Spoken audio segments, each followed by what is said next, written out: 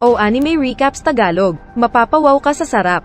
Nax. Kinabukasan ay naging balita siya sa school na pinagkamalan na binugbog ng mga siga. Binisita din siya ni Naruhito, Aoi at Renmara.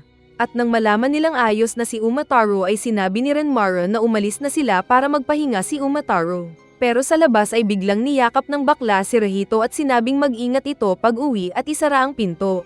Saka sinabing kakausapin lang niya saglit si Umataro. Pagbalik ni Renmara ay inakala ni Umataro kung nauuhaw na ang vampira sa kanyang kulay berde na dugo. Pero seryosong nagtanong si Renmara kung kagagawan ba ito ng vampira. Sumagot din ang nagseryosong Umataro na nag-relax kasi siya dahil nakita niyang bata lang yung vampira.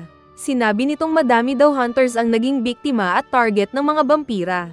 Nagkwento si Umataro na may teacher na nakiusap sa kanya na palitan ang night shift nilang guro dahil may sakit ito. Kinagabihan ay narinig niyang maingay ang tuturuan niyang night shift. Dahil isa palang malaking tao ang kinukwelyuhan ng isang K-pop na blondie. Susuntukin sana ng siga ang blondie pero iniunat ng blondie ang kamay at pinitik ang lalaki na nagdugo ang ilong na naitapon. Saktong dumating si Umataro at mabilis na namagitan sa gulo. At nagulat siya dahil kilala siya ng blondie. Hinawakan niya ang kamay ng blondie at inamoy ito. At nalaman niyang isa itong mang-uubos ng lakas kaya agad niyang pinaalis ang mga estudyante. Ngunit paglingon niya ay siya na lang pala ang nasa kwarto kasama si Blondie. Binalak siyang kagatin ng vampira sa leeg pero agad umilag si Umataro na nag-backtumbling. Nagtanong si Umataro kung anong ginagawa doon ng vampira. Kaya sinabi ng Blondie na naroon siya para ma-hunting ang vampire hunter. Sinabi pa ni Blondie na katsupoy na nakita niya ang record ni Umataro na pang-3 sa mga hunters. At nauna na niyang pinatay ang iba pa mula sa pang top 10 pababa at pang-8 na niya na papatayin si Boy Labo. Kaya nagulat si Umataro. Mabilis na umatake si Blondie na tinulak ang guro ng malakas sa nabasag na bintana. Bumaril si Umataro pero iniwasan lang ng K-pop vampire. Saka lumapit sa nanghina ng Umataro. Nagtanong ang guro kung anong balak ng Blondie. At sinabi nitong pagkatapos patayin ang lahat ng mga vampire hunters ay isusunod na papatayin din ang lahat ng mga vampira para siya ang maging boss sa mundo. Saka parang manok na kakainin isa-isa ang mga tao. Paglapit ng vampira ay inilabas ni Umataro ang lason na pangtusok sa mga vampira. Mabilis itong kinagat kaya inakala ng kalaban na nagpapakamatay siya. Pero biglang binuga ni Umataro ang lason sa mukha ni Blondie kaya ito nasaktan at nagkaroon ng pagkakataon ang hunter na tumakbo. Nakarating siya sa isang pasilyo at binalak tawagan ang Hunters Association. Kaso ay katabi na pala niya ang vampira na mabilis siyang tinusok sa dibdib gamit ang matulis nitong kuko. Saka masaya pang tinikman ng bakla ang dugo ng isa pang bakla at nakiliti pa ang lokong Blondie dahil may sipa daw ang flavor ng dugo ni Umataro. Pangarap daw na mainom ng vampira si Umataro at akala niya kung iyon na ang tamang oras. Pero hindi daw nag-evolve si Taguro niya kaya si Renmara lang ang gusto nito. At mabilis na tinutukan ng baril ang ulo ng Blondie. Sinabi ng vampira na mas mabilis niyang tatanggalin ang ulo ni Umataro kaysa sa bala.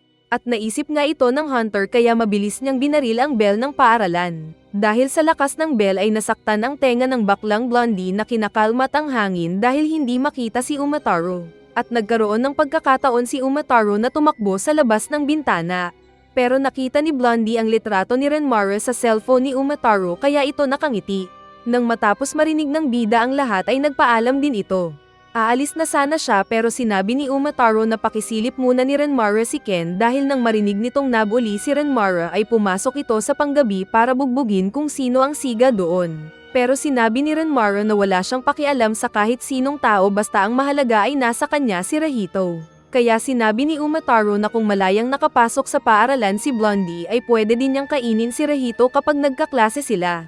At napilitan si Renmara na tumalon na parang pusa at sinabing bahala na siya sa problema. Samantala sa classroom ay nagpaalam na si Kaoru kay Ken dahil papasok na ang mga panggabi na students. Sa pinto ay nakasalubong niya si Nagayoshi na Blondie kaya kinilig ang babae na feeling nakakita ng BTS. Oto alam ni Nagayoshi na virgin si Kaoru kaya sinabi nitong nais inumin ang dugo ng babae.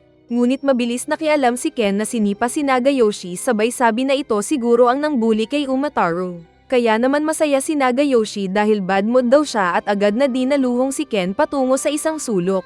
Agad hinawakan ni Ken ang ulo ni Nagayoshi na gusto pa rin si Kaoru. Saka inutusan ng siga ang babae na huwag magtawag ng guro at pulis, kundi ay diretso uwi na ito para maligo at matulog. Pag-alis ng babae ay nagpatuloy sa pag-aaway ang dalawa at muntik pang makagat ng vampira ang muscles ni Ken. Sinabi ni Nagayoshi na vampira siya, pero hindi naniniwala si Ken na sinabing Frankenstein daw siya.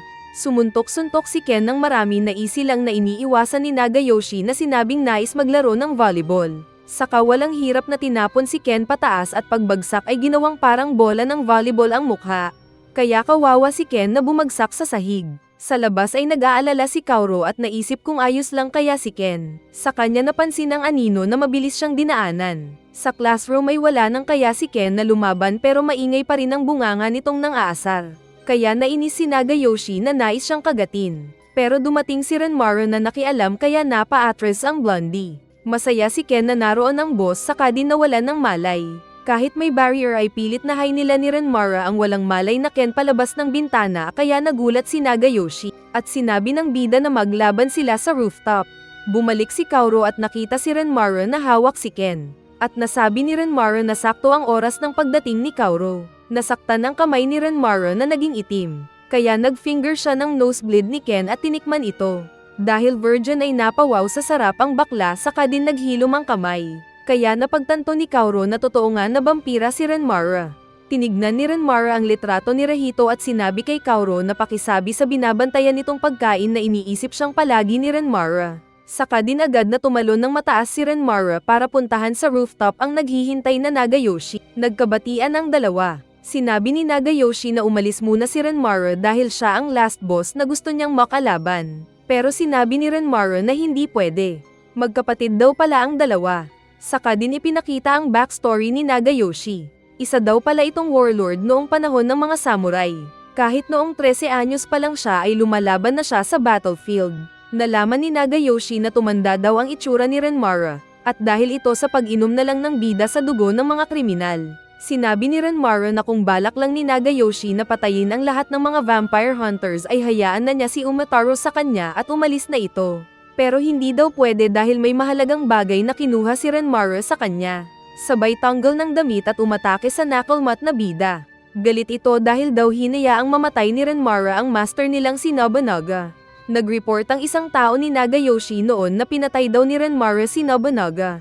Pero hindi naniniwala si Nagayoshi at sinabing tumakas lang siguro sila dahil sa sunog. Saka din pinugot ang kawawang tauhan. Dahil sa paghahangad na mahanap ang master ay ginalugad ni Nagayoshi ang Japan kasama ng mga sundalo at marami silang pinatay. Hanggang umiiyak na siya ng dugo dahil hindi makita ang master. Umilag si Renmara pero natamba. Tumalon ng mataas si Blondie at tinusok ng kuko ang sahig dahil umiwas ang bida. Pero sinipa siya ng galit na kapatid na nagtanong kung bakit hindi nito ginawang vampira din si Nobunaga para kasama sana nila. Sinabi ni Renmara na mabait na tao si Nobunaga kaya hindi karapat-dapat na gawing pangit na halimaw na tulad nila. Nagtanong si Nagayoshi kung bakit hindi siya nilalabanan ni Renmara. Saka nang aasar ito para mapiken si Renmara at lumaban. Sinabi nito ang totoo na hindi daw aksidente ang pagkamatay ng kaibigan niya noon na si Ryoma Sakamoto na ancestor ni Umataro. Kundi siya ang pumatay dito. Sinabi kasi ni Nagayoshi na papatayin din niya si Rahito. Kaya nag-auto-intent na kill ang bida na tinusok ng mahabang kuko si Nagayoshi, pero kasabay na naputol ang kamay nito. Dahil vampira ay hindi namatay ang Blondie. Sinabi ni Renmara na handa na siyang patayin ang kapatid. Saka nagsimula ang dalawa na maglaban sa bubong ng paaralan na patalon-talon na parang ninja. Nahuli ni Nagayoshi si Renmara sa kalagitnaan ng ere saka tinapon ng malakas. At muling sinabing kakainin nito ang papito ni bakla na Rahito kung mahina siya. Umatake ulit si Renmara ng kalmat pero umilag lang ang Blondie at muling sinipa ang bida na natatalo. Samantala sa bahay ni Rahito ay nakatanggap siya ng tawag mula kay Kaoru na nagsaya ng marinig ang boses ng crush. Sinabi nito ang sitwasyon na nalamang vampira daw si Renmara. Pero alam na daw ito ni Rahito kasama ng nakikinig na tatay. Kaya sinabi na lang ni Kaoru ang message ni bakla para kay Rahito na palagi siyang iniisip ni Renmara.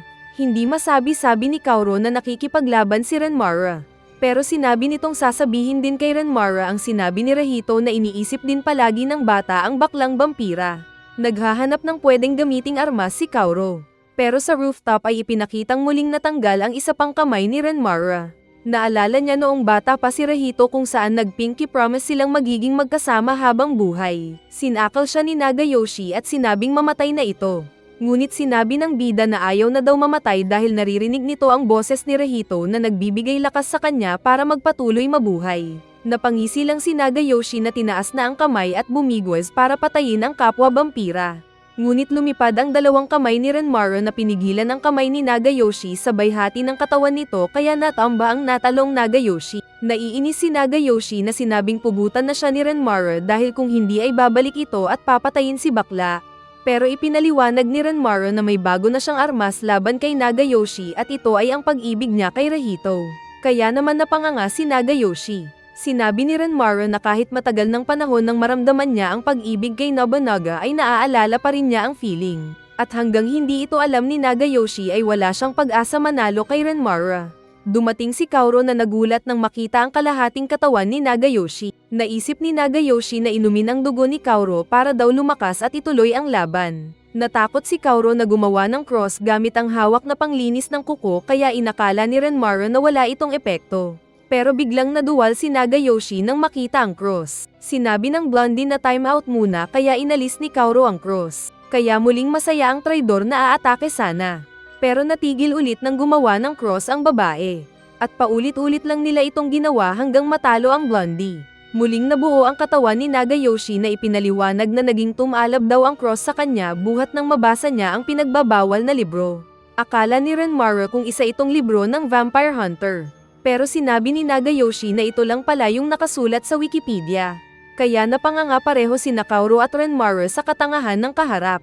Nalaman din nilang takot din ito sa bawang kaya mas nasabi ni Kaoru na bobo ito kahit nabuhay ng matagal na panahon. Binalak pa ulit kagatin ni Nagayoshi si Kaoru kaya muli itong gumawa ng cross na muling pananghina ng blondie. Sinabi ni Renmaro na babantayan na lang si Nagayoshi at huwag hahayaang umalis. At hindi sana payag si Kaoru dahil sira ulo ang kapatid nito. Kaya ipinaliwanag ni Renmaro na si Nagayoshi ang isa sa pinakamalakas na vampira, pero kapag kasama siya ay ito ang pinakamahina. Kaya naiinis si Nagayoshi na hindi tanggap na mahina. Tumayo si Renmaro at iniunat ang dalawang kamay at sinabing gumawa siya ng cross. Nakinabahala ni Nagayoshi na ipinipilit na capital letter T ang nakikita. Pero hindi din ito naiwasang makita ang hugis cross kaya muli siyang naduwal sa takot. Pagkaalis ni Kaoru ay sinabi ni Renmaro na dapat ding ma-in-love si Nagayoshi. Saka ipinaalala na may asawa naman dati si Nagayoshi. Kaya naiinis si Nagayoshi na sinabing set-up marriage daw ito ng boss nilang si Nobunaga at kahit nangyari iyon ay siya pa rin daw ang hari ng mga virgin. Kaya nablangko ang utak ng bida. Sinabi ni Renmaro na walang relasyon ang pagka-in-love sa utos. At nagbago na ang panahon dahil wala na sila sa panahon na hindi uso ang demokrasya at pwede na silang magmahal ng gusto nila. At para sa kanilang mga vampira ay mangyayari ito kapag nakaramdam sila ng spark. Naging love guru si Renmaro na ipinaliwanag kung ano ang pag-ibig kay Nagayoshi. Ito daw yung mga bagay na gustong-gusto mong ginagawa. Kaya naalala ni Nagayoshi ang mahal na mahal nitong pangpugot ng ulo. Sa isip naman ni Renmaro ay iniisip nito si Rahito at masaya siya kapag kasama ito. At kitang-kita ito ni Nagayoshi sa mukha ni bakla. Nasabi ni Nagayoshi na kilala na niya ang mahal ni Renmaro. Kaya nagtaka ang bakla kung paano nalaman ni Nagayoshi kung sino ang mahal niya. Pero sa isip ni Nagayoshi ay si Umataro ang kalaguyo ni Renmaro dahil nakita nito sa cellphone ng Vampire Hunter ang litrato ng kapatid. Para kay Nagayoshi ay pagkain lang ang tingin sa mga tao. Pero nais din itong maramdaman kung ano ang sinasabi ni Renmaro na pag-ibig. Nagpaalam daw siya sa boss na si Nobunaga para magmahal na ng iba. Saka tinawag si Kaoru na nasa tabi at diretsahang sinabi na mag-ano daw sila sa gabi na iyon. Kaya sinampal siya ng babae at sinabing hindi basta-basta binibigay ng mga babae ang inaalagaan nila ng PH Care na kaharian. Dahil kailangan muna itong mapanalunan ng isang magaling na mananakop. Aawat sana si Renmaro na lalapit pero maging siya ay sinigawan ni Kaoru na hindi niya basta-basta ibibigay ang dugo dahil kailangan muna siyang mapaamo ng kahit sino. Saka nito iniwan ang nagtataka na dalawang vampira. Sinabi ni Renmaro na huwag iinumin ng kapatid ang dugo ng nagagalit na babae dahil lason. Pero tahimik lang si Nagayoshi. Saka din umalis si Renmaro para umuwi. Pinuntahan ni Kaoru si Ken at walang dahilan na sinampal din. Saka hinila paalis ng paaralan. Hindi nila alam na pinagmamasdan pa rin sila ni Nagayoshi na nag-blush dahil naramdaman daw nito ang spark para kay Kaoru. Samantala ay masaya naman si Renmaro nang muling makita ang naghihintay sa kanya na Rahito. Umuwi si Renmara at Nagayoshi sa bahay ni Naruhito at ipinakilala ni Bakla ang blondie na kapatid. Sa unang tingin ay nagalit ang tatay ni Naruhito dahil mukhang menor de edad pa daw ito. Pero siga na nagpaliwanag si Nagayoshi na isa din kasi siyang vampira at mas madaming nainom na dugo kaya mas mukha pa rin siyang bata kumpara kay Renmara. Ayaw maniwala ni Haruhiko na sinabing gaya-gaya lang daw si Nagayoshi sa kwento ni Renmara. Kaya naiinis na nagtanong si Nagayoshi kung pwede ba niyang patayin ang tatay. Kaso ay pinagbawal ito ni Renmara. Pero nagulat si Nagayoshi nang nahulaan ni Haruhiko ang tunay na pangalan ni Nagayoshi. Saka sinabi pa ng matanda na alam din niyang si Nagayoshi ang pumatay kay Ryoma at ng isa pang lumang tao noong panahon ni Batusay. Kaya mas lalong nagulat ang uto-uto na Nagayoshi na inakala pang isang Diyos si Haruhiko. Pero kawawa pa rin yung lolo ng pamilya dahil natakot na naman ito nang marinig na asasin na vampira yung pumasok sa bahay nila kaya akala niya kung mamamatay na siya. Nang malaman ni Naruhito na pareho niyang student si Nagayoshi at nakita ang siga nitong pananamit ay masaya niya itong pinuri. Kaya mas naengganyo naman ang blondie na ipakita ang underwear nito na kinagulat ng mga magulang ni Naruhito.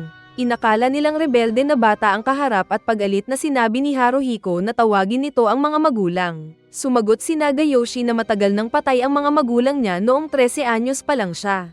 Kaya biglang napaupo si Haruhiko na naiiyak at nauuhog dahil naawa daw sa nagre-rebelde na blondie dahil walang magulang na gumabay sa kanya. Emosyonal pero pangit na sinabi ni Haruhiko na payag na siyang tumira sa kanilang apartment si Nagayoshi at tatawagin na daw siya nitong tatay. Saka tinawag ang blondie sa hot bath. Biglang dumating si Umataro na ayos na ang lagay at nakisabat sa usapan ng mga naroon lalo nang makita si Nagayoshi na nakita din siya.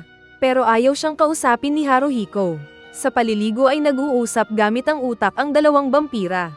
Nagtanong si Nagayoshi na wala na bang pride si Renmara dahil okay lang sa kanya na gawin siyang katatawanan ng pamilyang iyon dahil sa pagpapakilala nitong vampira. Pero sinabi ni Bakla na wala iyon kumpara sa pag-ibig na nararamdaman niya. Saka seryosong binalaan si Blondie na ilalagay sa kabaong na may mga cross at maraming bawang kapag ginulo siya kaya natakot naman ang mas bata.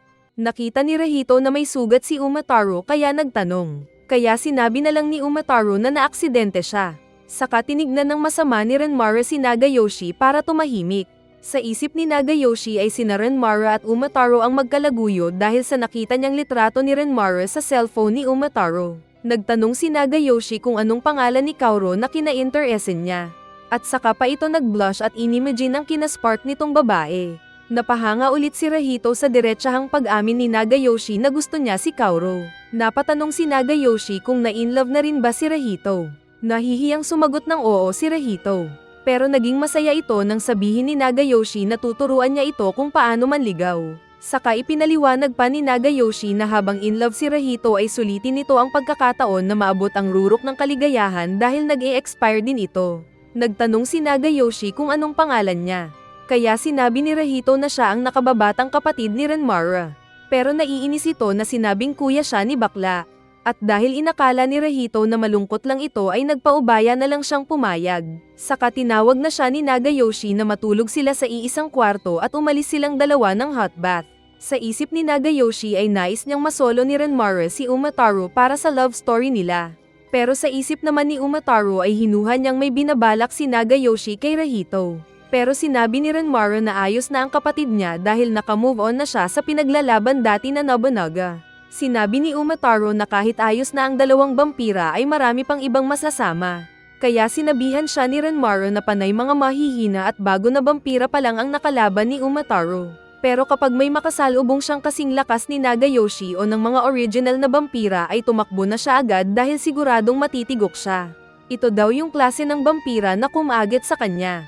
Hindi daw siya nag-aalala para kay Umataro pero ayaw lang kasi niyang malungkot si Naruhito kapag namatay ang guro. Nagkwento pa si Renmara na dati daw siyang hayok sa pagpatay at pagkain ng dugo ng mga tao noong bago lang siyang vampira. Pero pagkatapos ng 100 taon ay nagsawa siya at nakapag-isip na mas gusto niyang maging tao ulit kung may paraan lang sana. Mas gusto daw niyang maranasang mamuhay ng normal at pagtanda ay mamatay ng masaya. Samantala sa isang pier ay may dumating na original na vampira at nambiktima ng isang tao. Saka sinabi nitong nais daw niyang kumain ng Japanese cuisine kaya nagpunta ng Japan. Pagkalipas ng ilang araw ay naging bakasyon na kaya masaya si Renmara na muling kasama si Naruhito sa paglilinis ng kanilang family business. Saka naisip pa ng bakla ang special occasion na paparating para mag-date sila ng bata. Pagsapit ng holiday ay nagdamit si Renmara ng kimono dahil feeling niya ay chicks. Pero nagulat siya paglabas nang makita sina Aoi, Ken, Kaoru at Umataro na binati siya. Pero hindi masaya ang vampira. Lalo na nang makitang masaya si Rahito na makasama si Aoi. Nanalo si Kaoru ng isang stuffed toy na masaya niyang niyakap ng mahigpit. Pero natakot si Ken nang makita ito dahil inakala niyang sinasakal ni Kaoru ang kawawang stuffed toy. Nakita ni Renmara na masaya si Rahito kasama si Aoi at ng dalawa pa. Kaya sinabi ni Umataro sa kanya na pagbigyan niya ang mga bata. Sa isip ng malungkot na Renmara ay hindi na niya maibabalik pa ang nakalipas na sa kanya umaasa si Rahito. Pero nilapitan niya ang mga bata at nakisawsaw sa gitna at sinabing hinahanda pa rin niya ang dugo ni Rahito para inumin kapag 18 na ito. Sabay pang ngiti-ngiti pa ang loko.